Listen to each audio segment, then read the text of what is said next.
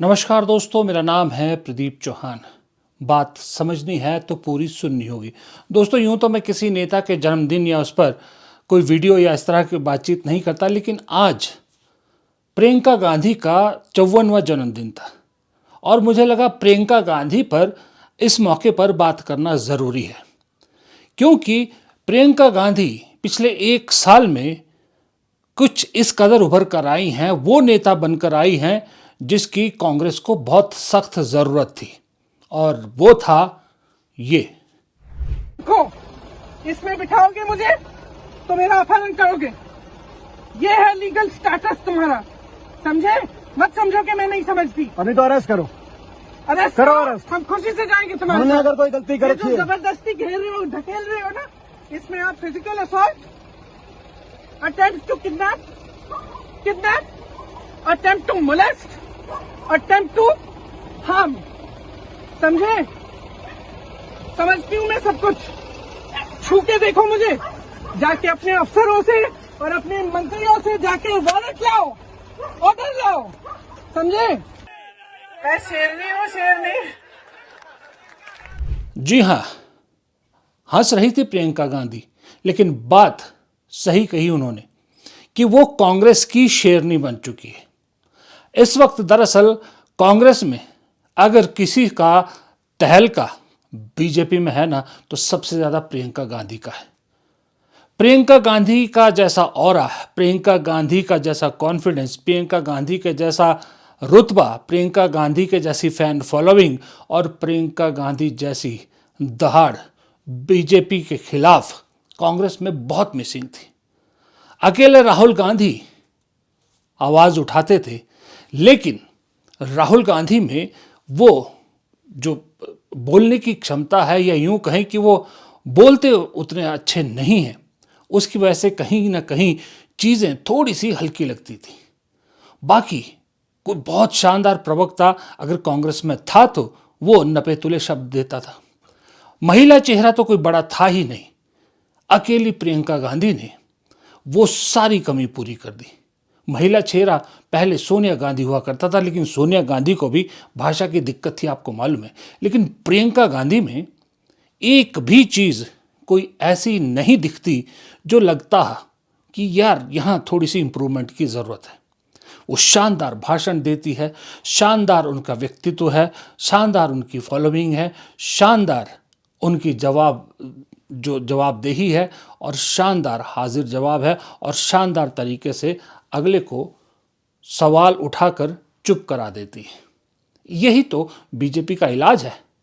BJP का इलाज यही है कि उनकी ईंट का पत्थर से जवाब देना चाहिए, और प्रियंका गांधी पिछले एक साल से इस चीज पर बड़ी खरी उतरी है।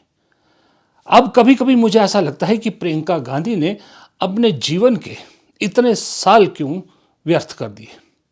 जब राहुल गांधी की एंट्री हुई थी राजनीति में 2004 में, तो 2009 में मेरे हिसाब से प्रियंका गांधी की एंट्री भी हो जानी चाहिए थी। अगर 2009 में प्रियंका गांधी की एंट्री हो गई होती तो राहुल प्रियंका की जोड़ी कब की इस बीजेपी को सत्ता से बाहर कर चुकी होती। लेकिन प्रियंका गांधी ने आते आते देर कर दी। लेकिन वो कहते हैं ना कि देर आए दुरुस्त आए, और देर आए दुरुस्त आए इसलिए भी शायद प्रियंका गांधी ने चुना कि उन्होंने, जैसे मैंने पहले भी शायद एक बार अपने वीडियो में कहा था, कि उन्होंने अपनी फैमिली को, अपने बच्चों को पहले बड़े होने दिया, क्योंकि वो जानती थी कि उनकी माँ ने किन किन दुखों को झेला है। जब उन्होंने कांग्रेस की कमान संभाली थी तो प्रियंका, राहुल दोनों छोटे थे। पिता की मृत्यु के बाद दोनों छोटे थे। आर्थिक हालत ठीक नहीं थी। उस हालत में माँ ने पार्टी को भी संभाला और बच्चों को भी संभाला। लेकिन इस चक्कर में कहीं ना कहीं राहुल और प्रियंका का जो बचपन था, या जो एक होता ना टीनेज जिसको कहते हैं, वो जो था वो कहीं ना कहीं दब के रह गया। प्रियंका गांधी के बारे में तो कहा जाता है कि प्रियंका गांधी जिस दिन उनके पिता की 91 में डेथ हुई थी, उसी दिन मैच्योर हो गई थी। उसी दिन उन्होंने राहुल गांधी के लिए भी और मां के लिए भी एक गार्जियन का रूप धारण कर लिया था। तो वो मैच्योर सी वक्त हो चुकी थी। उसके बाद भाई को, माँ को राजनीति में मदद की, लेकिन खुद नहीं आई क्योंकि खुद अपने परिवार को संभालना था और अपनी माँ की आर्थिक स्थिति देखी थी तो अपनी आर्थिक स्थिति का भी थोड़ा सा हिसाब किताब रखना था, जैसे हम और आप रखते हैं। दोस्तों, जब बात आर्थिक हालत की हो रही तो कुछ अपनी आर्थिक हालत की बात करना भी ज़रूरी है। आप में से बहुत से लोग कमेंट सेक्शन में पूछते हैं कि इनकम कैसे बढ़ाई जाए, और मुझे इसका दरअसल एक जेन्युइन ऑप्शन मिल गया है जिसे आप लीगल वे में पैसा कमा सकते हैं, वो भी बड़े आराम से। और उस ऐप का नाम है मार्केट वुल्फ। ये एक सेबी रजिस्टर्ड ऐप है जो इंडिया में काफ़ी तेज़ी से बढ़ रहा है। चलिए मैं आपको दिखाता हूँ कि इसे यूज़ कैसे करते हैं। देखिए, मैंने यहाँ लॉगिन कर लिया है और फॉलो ट्रेंड पर क्लिक किया।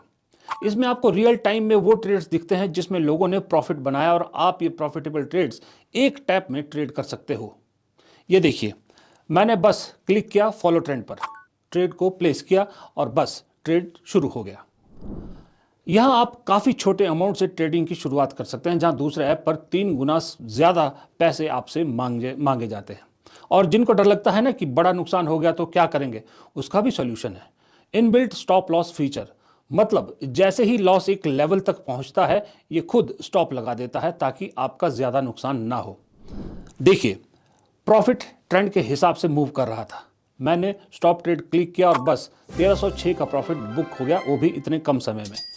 मार्केट वुल्फ ऐप आपको फ्री रिकमेंडेशन भी देता है, जिसके जरिए लोगों ने दिसंबर में एक दिन में 8606, जून में 70,468, जुलाई में 59,696 और अक्टूबर में 58,207 का प्रॉफिट बुक किया।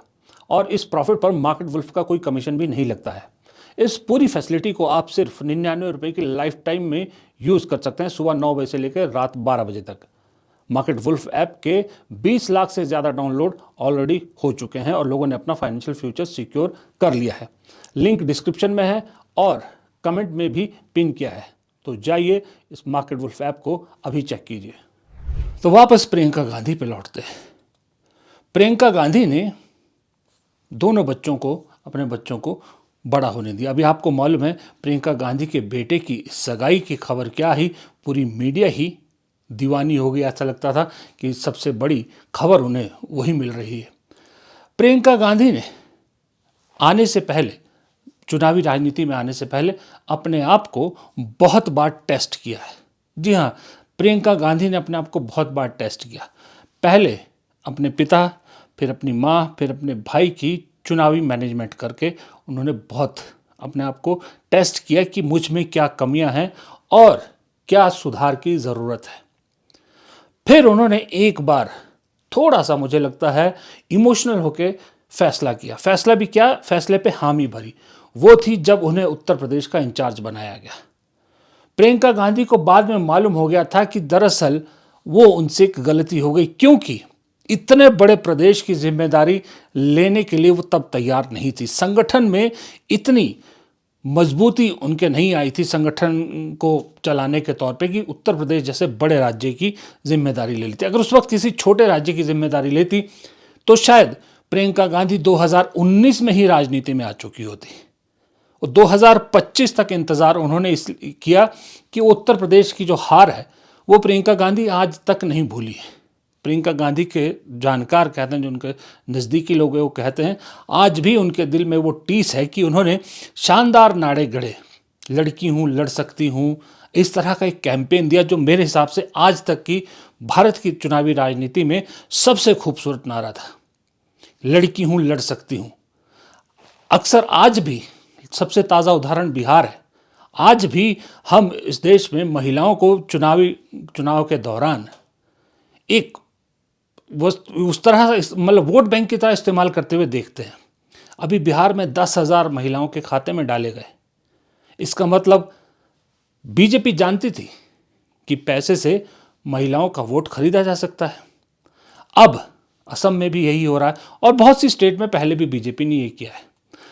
कभी नारी को सशक्त करने का नारा नहीं दिया गया था, किसी ने वादा नहीं किया था, किसी ने मुहिम नहीं चलाई थी। प्रियंका गांधी भी नारी को लेकर उत्तर प्रदेश में बड़े बड़े वादे कर सकती थी, लेकिन उन्होंने नारी से लड़ने का वादा लिया, नारी को मजबूत करने का वादा किया, नारी को आत्मनिर्भर बनाने का वादा किया। लेकिन बदकिस्मती कि उत्तर प्रदेश जैसा बड़ा राज्य है, वहाँ की महिलाएं भी ये नहीं समझ पाई जो प्रियंका गांधी कहना चाहती थी। इसलिए वो लड़की हूँ, लड़ सकती हूँ कहीं गुम हो गया। लेकिन आज भी प्रियंका गांधी के दिमाग में वो नारा कहीं ना कहीं चस्पा है। उसके बाद प्रियंका गांधी ने फिर एक कदम पीछे लिया और प्रियंका गांधी ने ठाना कि नहीं, पहले मैं दरअसल ये जो नई राजनीति है इस देश की, प्रियंका गांधी तब तक अपने पिता, अपनी दादी, अपनी माँ के दौर की राजनीति को समझ के चल रही थी। जब उत्तर प्रदेश में हार मिली ना, तब उन्होंने एक कदम पीछे लेकर ये ठाना कि मौजूदा राजनीति को पहले मैं समझूंगी। ये जो नए दौर की बीजेपी है, ये नए दौर की राजनीति है, इसको समझना बेहद ज़रूरी है। सिर्फ सुंदर नारे गढ़ने से कुछ नहीं होता, उन नारों की अपील भी लोगों तक पहुंचनी चाहिए। आप मेहनत के ऊपर बैठ के मेहनत कीजिए, उसका कोई फ़ायदा नहीं।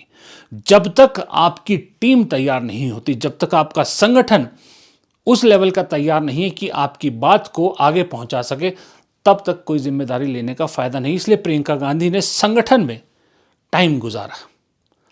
फिर उन्होंने हिमाचल की जिम्मेदारी ली, हिमाचल कांग्रेस को जितवाया।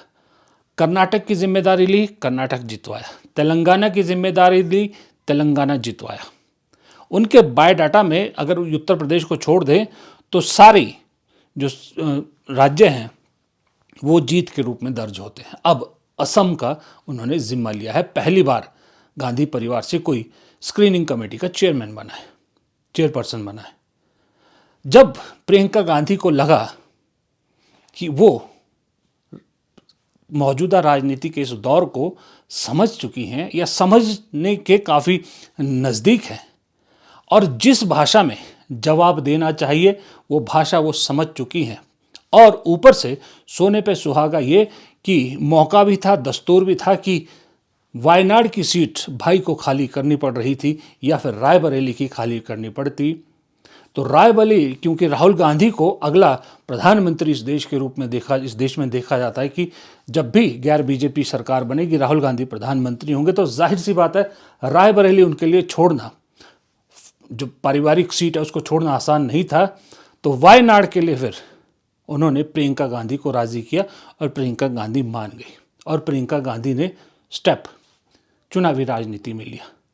और इस एक साल में, मेरे ख्याल 13-14 महीने में प्रियंका गांधी को बने हुए, इस एक साल में प्रियंका गांधी ने वो छाप छोड़ी है जो कई सांसद, 5-5 बार जीते हुए सांसद अपनी वो छाप नहीं छोड़ पा रहे। आप पिछला संसद का सत्र देखिए, जो अभी शीतकालीन सत्र हुआ, इस पूरे सत्र में महफिल कौन लूट के लेके गए? महफिल लूट के गई प्रियंका गांधी। सबसे ज़्यादा बेहतरीन भाषण, सबसे ज़्यादा वायरल भाषण किसका? प्रियंका गांधी का। प्रियंका गांधी से ज़्यादा जो स्पेस मीडिया में मिलता है, मजबूरी में प्रियंका गांधी ने इतना मजबूर मीडिया को कर दिया कि उनसे ज़्यादा स्पेस सिर्फ मोदी जी, अमित शाह, इन्हीं को मिलता है जब संसद का सत्र होता है। फिर प्रियंका गांधी, फिर राहुल गांधी आते हैं। इतना एक साल में साबित किया अपने आप को।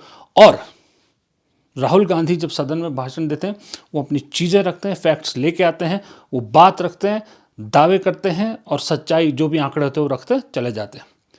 लेकिन सामने बैठे अमित शाह, मोदी और उनकी बीजेपी को किस तरह से जवाब दिया जाता है, उन्हीं की भाषा में कैसे उनका मुंह तोड़ जवाब दिया जा सकता है और उस जवाब का पूरे देश को क्या संदेश दिया जा सकता है, ये प्रियंका गांधी सीख चुकी हैं।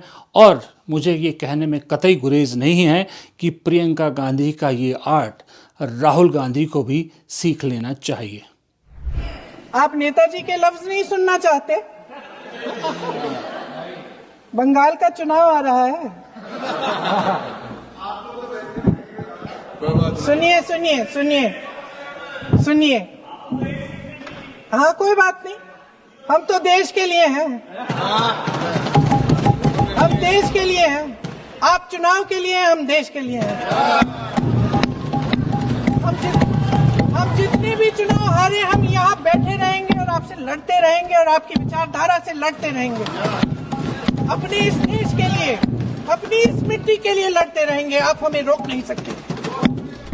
आज प्रियंका गांधी 54 साल की हो गई। बहुत से लोग उनके लिए कांग्रेसी जो है वो बहुत दुआएं मांग रहे हैं, हवन कर रहे हैं, जो वो कांग्रेसियों की आदत है। चापलूसी कांग्रेसियों के अंदर से नहीं निकल सकती, ये बात भी तय है। लेकिन सवाल ये उठता है, क्या कांग्रेस के अंदर सच में लोगों में ये उम्मीद जग गई है कि ये भाई बहन की जोड़ी, मोदी शाह की जोड़ी को पटखनी दे सकती है? हाँ, मुझे ऐसा लगता है कि कांग्रेस के अंदर ये बहुत बड़ी उम्मीद जग गई है। और न सिर्फ कांग्रेस के अंदर, जब से प्रियंका गांधी ने संसद में कमान संभाली है, तब से गैर बीजेपी जितने दल हैं, सबको ये उम्मीद दिखती है कि ये जोड़ी कुछ कमाल कर पाएगी। क्योंकि ये मत भूलिएगा, इन सब के ऊपर जो हाथ है उसका नाम है सोनिया गांधी, जिसने कांग्रेस को फर्श से अर्श तक पहुंचाया था। डूब चुकी कांग्रेस को सत्ता तक पहुंचाया था, और न सिर्फ पहुंचाया था, सत्ता रिपीट भी कराई थी। वही सोनिया गांधी घर में गाइडेंस के तौर पे भी है और आशीर्वाद के तौर पर भी है। तो आज इस 54वें जन्मदिन पर प्रियंका गांधी को सबसे पहले तो बहुत बहुत जन्मदिन की मुबारकबाद, और दूसरा, प्रियंका गांधी को ये संदेश ज़रूर देना चाहूँगा एक पत्रकार के तौर पर कि प्रियंका गांधी, आप अब तक जो राजनीति दिखाती ही हैं इस देश को, वो राजनीति अपनी जारी रखिएगा। अपने राजनीतिक स्तर को गिरने मत दीजिएगा, क्योंकि इस देश की बहुत बड़ी जनता का एक बहुत बड़ा तबका आपके अंदर इंदिरा गांधी की छवि देखता है। क्योंकि जब से इंदिरा गांधी गई हैं, उसके बाद से इस देश ने कोई भी एक बहुत बड़ी मजबूत महिला नेत्री नहीं देखी है। महिला नेत्री वो जो नेतृत्व कर सके। वैसे पार्टी की अध्यक्ष के तौर पे सोनिया गांधी ने भी बहुत शानदार काम किया, लेकिन देश को संभालने वाली या देश को जिससे उम्मीदें हैं, वो प्रियंका गांधी है। जिस लड़की हूँ लड़ सकती हूँ के लिए नारा दिया था, वो लड़की भी आज कांग्रेस में क्या, इनफैक्ट जितनी पॉलिटिकल पार्टीज है सभी में, अगर किसी से कनेक्टेड महसूस करती हैं तो वो सिर्फ प्रियंका गांधी है। वोट बीजेपी को इसलिए जाता है कि बीजेपी उन्हें रेवड़ी देती है और कांग्रेस कोई अल्टरनेट नहीं दे पाती। कांग्रेस अब तक वो भरोसा नहीं जगा पाई है। लेकिन प्रियंका गांधी जहाँ जहाँ जाती हैं, जब जब गई हैं महिलाओं के बीच में, उनका असर देखने को मिला।